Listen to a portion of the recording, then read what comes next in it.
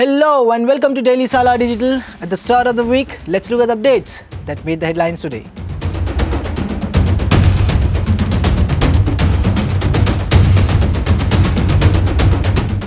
The Israel Defense Forces spokesperson Daniel Hagari said that significant strikes have been carried out and the Gaza Strip has been cut into two. Today, there is North Gaza and South Gaza. He also added that the military has encircled Gaza. According to Israeli media, troops are expected to enter Gaza City within 48 hours.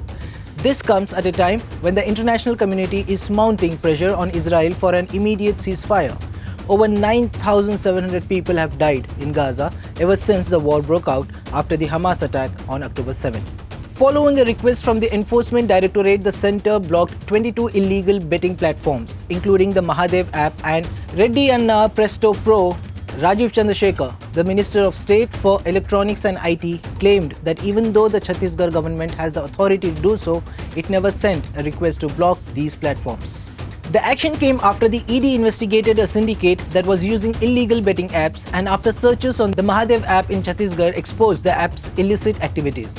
Previously, the central agency alleged that the Mahadev app's promoters Ravi Uppal and Saurabh Chandrakar had paid Chhattisgarh Chief Minister Bhupesh Baghel Rs 508 crore via cash couriers sent from the United Arab Emirates. Accused Bhim Singh Yadav, a constable in the Chhattisgarh Police Force, and one Asim Das are in jail after being arrested for violating the Prevention of Money Laundering Act. After Delhi and Nepal, mild earthquakes with magnitudes of 1.9 and 2.1 shook Karnataka's Bidar district.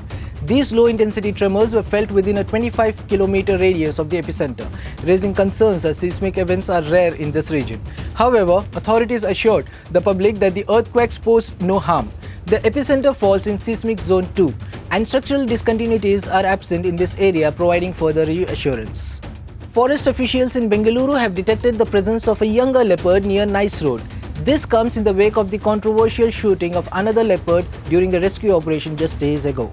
The recent sighting occurred near Chikkatogur, an area enclosed by Nice Road. Swift response from forest authorities includes setting up traps and reassuring the public in nearby areas. Residents have been advised to avoid unnecessary outings. The previous decision to shoot a leopard near Electronic City following unsuccessful capture attempts remains a topic of discussion and concern among the public. Suleiman SK, a 39-year-old rag picker in Bengaluru, stumbled upon a stash of currency notes near a railway track, only to discover they were worth approximately $3 million, about Rs 25 crore. Suleiman, who typically collects scrap materials to make a living, initially found the notes wrapped in a paper while scavenging near Nagawara railway station. The bundles were soaked in a suspicious chemical, causing Suleiman to feel unwell. In the absence of his owner, Suleiman kept the money at his home. Pondering his next move, eventually he contacted social activist R. Kalimullah.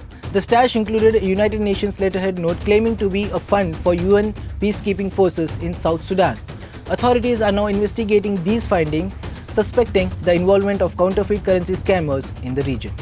On November 6, the death toll from the October 29 bombings rose to 4, with a 62-year-old woman succumbing to her injuries at a private hospital. She has sustained 80% burns in the blast. 3 more injured. People are currently in critical condition and receiving treatment. Meanwhile, a Kerala court granted the police custody of the lone accused, Dominic Martin, for 10 days. Martin said that he would argue for himself and declined the aid of a legal aid lawyer. On October 29, during a Jehovah's Witness prayer meeting at a convention center in Kalamassery, an explosion occurred that left over 50 people injured. In the midst of assembly elections in 5 states, Rajasthan, Madhya Pradesh, Chhattisgarh, Telangana and Mizoram, the 29th tranche of electoral bonds went on sale on November 6. This round of electoral bonds follows about a month after the 28th phase, which went on sale on October 4. Days after the Supreme Court reserved its verdict on a number of petitions contesting the legality of the electoral bond scheme for financing political parties, the government authorized the issuance of the most recent round of electoral bonds. The Lufthansa Group has inaugurated a direct flight connecting Bengaluru to Munich, Germany, marking the airline's first destination in India following the COVID-19 pandemic. With this addition, Bengaluru joins Delhi and Mumbai as the third Indian city offering travellers access to Lufthansa's Munich hub.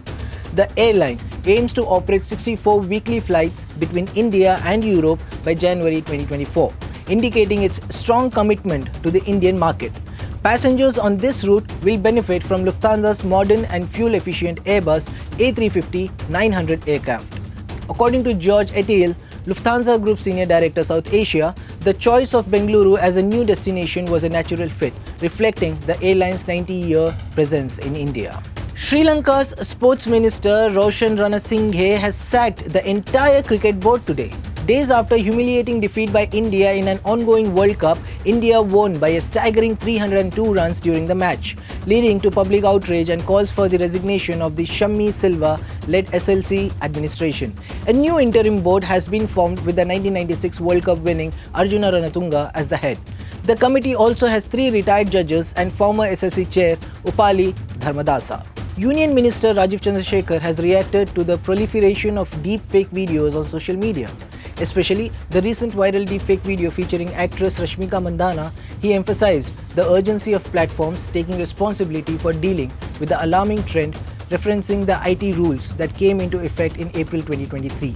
These rules place a legal obligation on the platforms to prevent the spread of misinformation by users and ensure prompt removal of the reported false content, typically within 36 hours. Meanwhile, sharing a tweet emphasizing the need for a legal and regulatory framework to handle deepfakes in India. Amitabh Bachchan endorsed the idea and asserted that this case demands legal intervention.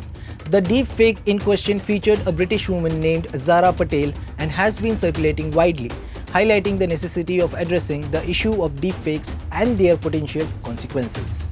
Well, that's it for today. For more latest news and updates, you know what to do. Subscribe to Daily Salar Digital.